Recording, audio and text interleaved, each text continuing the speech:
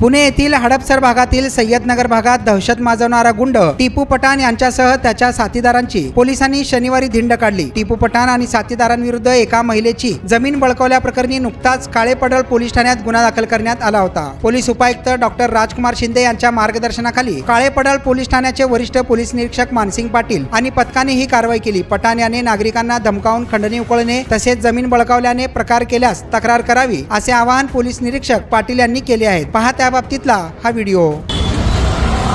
Kalepadal police स्टेशनतर्फे जाहीर आव्हान आहे की हा जो आहे हा टिपू पठाण आहे आणि हा कथित भाई आहे।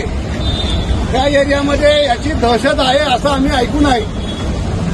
आता आम्हाला तर वाटत नाही त्याची दहशत आहे, पण आम्हाला अशी माहिती आहे की त्याची दहशत आहे आणि हा भाई आहे आणि याच्यावर 28 गुन्हे आहेत।